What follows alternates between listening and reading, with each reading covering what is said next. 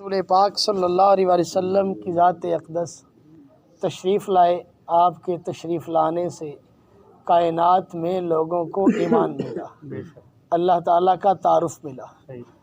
ورنہ شاعر کہتا ہے جہاں توحید سے نا آشنا تھا آپ سے پہلے، جدا ہر ایک کا خدا تھا آپ سے پہلے۔ رسول پاک صلی اللہ علیہ وسلم کی مبارک زندگی، آپ کے مبارک اعمال، ان اعمال میں اللہ نے کامیابی رکھی ہے۔ اور بلکہ ہمارے بزرگ یوں فرماتے ہیں کہ جو رسول پاک صلی اللہ علیہ وسلم کی مبارک دعائیں ہیں، یہ وہ دعائیں ہیں جنہوں نے قبولیت کے راستے دیکھے، اور یہ وہ دعائیں ہیں جو اللہ پاک کی منشا کے مطابق ہیں۔ اس لیے ان دعاؤں کو، ان اعمال کو اختیار کرنا جو رسول پاک صلی اللہ علیہ وسلم کی ذات اقدس سے نکلے۔ چھوٹا سا عمل ہے، چھینک آتی ہے تو چھینک آئے تو کیا کہا جائے۔ چھینک کا آنا یہ اللہ تعالیٰ کی طرف سے ہے۔ اس کے طبی فائدے بھی بہت ہیں جو آج کل دور جدید میں ریسرچ کرنے والوں نے کیے، لیکن آقا علیہ الصلوۃ والسلام کی ذات اقدس نے یہ بات ارشاد فرمائی کہ چھینک آئے تو کہا جائے الحمدللہ۔ الحمدللہ کلمہ شکر ہے۔ بعض لوگ کہتے ہیں شکر الحمدللہ، شکر کہنے کی ضرورت نہیں ہے، الحمدللہ شکر کا کلمہ ہے۔ سیدنا علی المرتضیٰ رضی اللہ عنہ سے منقول ہے، آپ ارشاد فرماتے ہیں کہ جس آدمی کو چھینک آئے اور وہ چھینک آنے کے وقت پڑھے الحمدللہ رب العالمین، الحمدللہ علی کل حال ما کان، لم یجد وجع الضرس والاذن ابدا، کہ اس کی داڑھ میں اور کان میں کبھی درد نہیں ہوگا۔ یہ بظاہر چھوٹے عمل ہیں لیکن بڑے طاقتور عمل ہیں۔ اس عمل کے کرنے سے بندہ خود بھی حفاظت میں آ گیا۔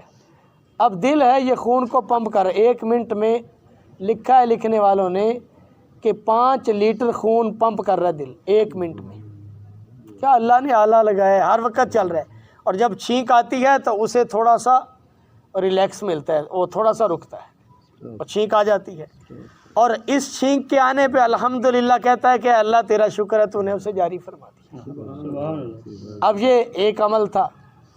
اب حضور علیہ الصلوۃ والسلام کی ذات اقدس نے ارشاد فرمایا حق المسلم علی المسلم خمس، مسلمان کے مسلمان پر 5 حق ہیں۔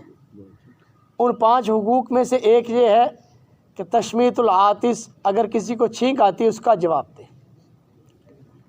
اب چھینکنے والے نے الحمدللہ کہہ دیا، اب سننے والوں کو پتہ ہی نہیں ہے کہ اس کا جواب میں نے کیا کہنا ہے۔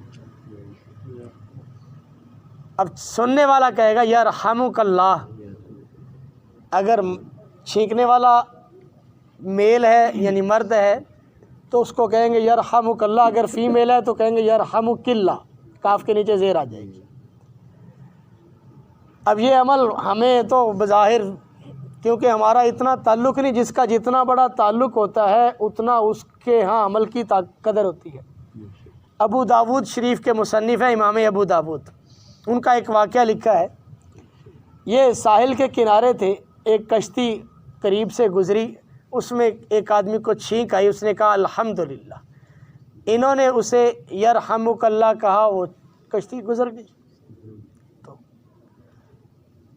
یا انہوں نے ابھی کہنا تھا وہ کشتی دور چلی گئی، انہوں نے کشتی کرائے پہ لی 2 درہم لگا کے۔ اس کشتی والے کو کہا اس کشتی کے قریب کرو، جب اس کشتی کے قریب گئے تو انہوں نے یرحمک اللہ کہا اور واپس آ گئے۔ اب ایک عمل ہے چھوٹا سا، اس کے لیے کشتی لے کے پیسے دے کے اور جا رہے ہیں، لیکن ان کے ہاں یہ بات ان کے ذہن میں پکی تھی کہ یہ مسلمان کا مسلمان پر حق ہے، یہ اس کا حق رہ گیا۔ اب یہ عمل کر کے آگے رات کو سوئے، خواب میں آواز دی کہ اے ابو داود تو نے 2 درہم خرچ کر کے جنت خرید۔ تو عمل کی بڑی طاقت ہے۔ عمل کرتے ہوئے ہم یہ نہ سوچیں، میرے پیر و مرشد سید نفیس الحسینی شاہ صاحب رحمۃ اللہ علیہ فرمایا کرتے تھے عمل بذات خود چھوٹا ہوتا ہے نہ بڑا ہوتا ہے، حسن نیت اسے بڑا بنا دیتا ہے۔ تو نیت اچھی ہو، اب یہ مسلمان کو چھینک آ رہی، یہ کہہ رہا ہے الحمدللہ، سننے والا یرحمک اللہ یا یرحمک اللہ کہہ رہا ہے، اب چھینکنے والا اس کو دوبارہ جواب میں کہے گا یہدیکم اللہ ویصلح بالکم۔ یہ شریعت نے بتلایا۔ اب جمائی آئے تو کیا کرنا ہے، یہ بایاں ہاتھ ہے، اس کو الٹا کر کے منہ کے آگے رکھنا ہے۔ اب یہ اگر تو تربیت ہو گئی تو بچہ عادت بنا لے گا، ساری زندگی اس کو عادت رہے گی۔ اگر یہ تربیت نہ ہوئی تو ہم نے دیکھا بڑے بڑے پروفیسر کلاس میں منہ کھول کے کھڑے ہیں، اس کا تعلیم کے ساتھ کوئی تعلق نہیں، یہ تربیت کے ساتھ تعلق ہے۔ اگر تربیت ہو جائے تو بچہ بچہ رکھے گا، اور اگر تربیت نہ ہو تو جمائیاں، اور یہ جمائی شیطان کی طرف سے آتی ہے، غفلت کی علامت ہے۔ جتنے اللہ کے پیارے رسول نبی آئے، کسی نبی کو جمائی نہیں آتی، کیونکہ نبی غافل نہیں ہوتے، نبی ہر وقت اللہ کی طرف متوجہ ہوتے ہیں۔ تو اس لیے یہ چھوٹی چھوٹی چیزیں ہیں، ہم انہیں چھوٹا نہ سمجھیں، ہم یہ بچوں میں کنورٹ کریں۔ جیسے رسول پاک صلی اللہ علیہ وسلم کی محبت ہم ہر سینے میں پیدا کرنے کی کوشش کر رہے ہیں، ایسے آقا علیہ السلام کی مبارک زندگی ہماری نسلوں میں جھلکے۔ یہ ادائیں حضور کی میں اپنے بچوں کو، شاگردوں کو، دوست احباب کو، جہاں بیٹھے وہاں حضور کا جہاں تذکرہ ہو، آقا علیہ السلام کی مبارک زندگی کا تذکرہ۔ سبحان اللہ۔ وہ ٹائم کافی ہو چکا ہے، ایک اور بات عرض کر کے ختم کرتا ہوں۔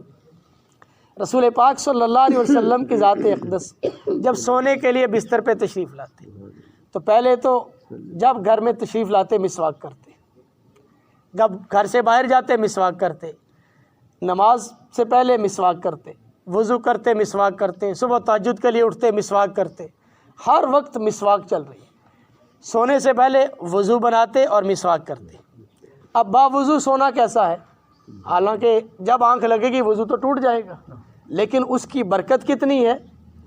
فرمایا الطہور النائم کالصائم القائم، وضو کر کے سونے والا ایسا ہے جیسا کہ روزہ رکھنے والا، رات کو قیام کرنے والا۔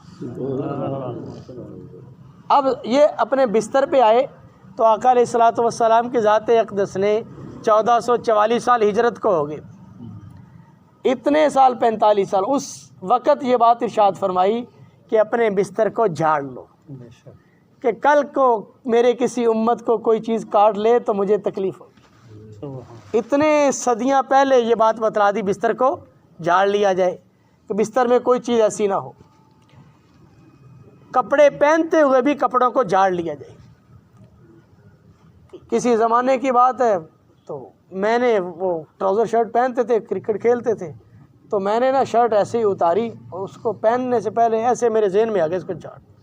وہ شیشے کے سامنے کھڑا تھا تو اس کو دیکھا تو اس کے کالر پہ بچھو بیٹھا ہوا تھا۔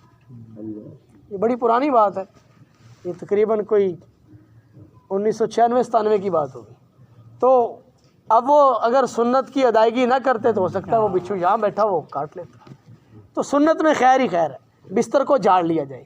اب آقا علیہ الصلوۃ والسلام کا ایک عمل یہ تھا، بستر پہ آتے تو تسبیحات فاطمہ پڑھتے، 33 مرتبہ سبحان اللہ، 33 مرتبہ الحمدللہ، 34 مرتبہ اللہ اکبر۔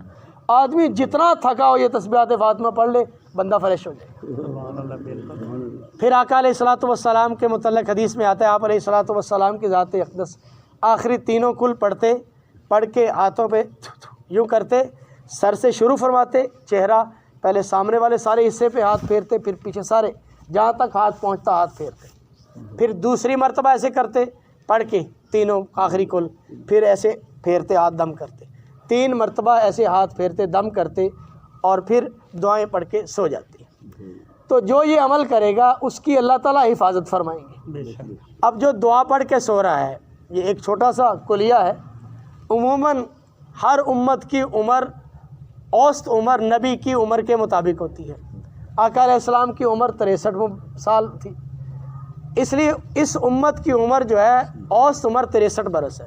کسی کی نیچے ہو جائے کسی کے اوپر، اوسط عمر یعنی اگر اوسط نکالی جائے تو 63 برس بنے۔ اب 15 سال تو ہم اس میں سے نکال دیں بلوغت سے پہلے کہ وہ بندہ مکلف ہی نہیں ہے، پیچھے کتنے بچے جی؟ 48 سال، کیوں جی 48 بنتے ہیں، 48 سال بچ گئے۔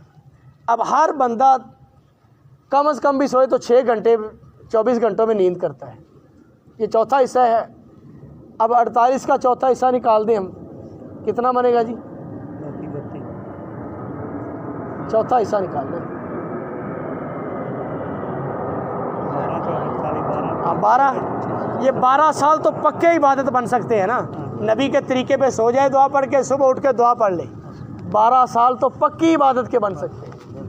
یہاں تک کہ ہے کہ بندہ سو رہا ہوتا ہے، فرشتے نیکیاں لکھ رہے ہوتے ہیں، اور فرشتے کہتے ہیں یہ تو سو رہے سے اپنی خبر نہیں، کہا جاتا ہے یہ میرے حبیب کے طریقے پہ سو رہا ہے تو اس کا سونا بھی ثواب لکھو۔ سبحان اللہ۔ تو یہ بڑی آسان زندگی ہے اور سادہ زندگی آقا علیہ السلام کی۔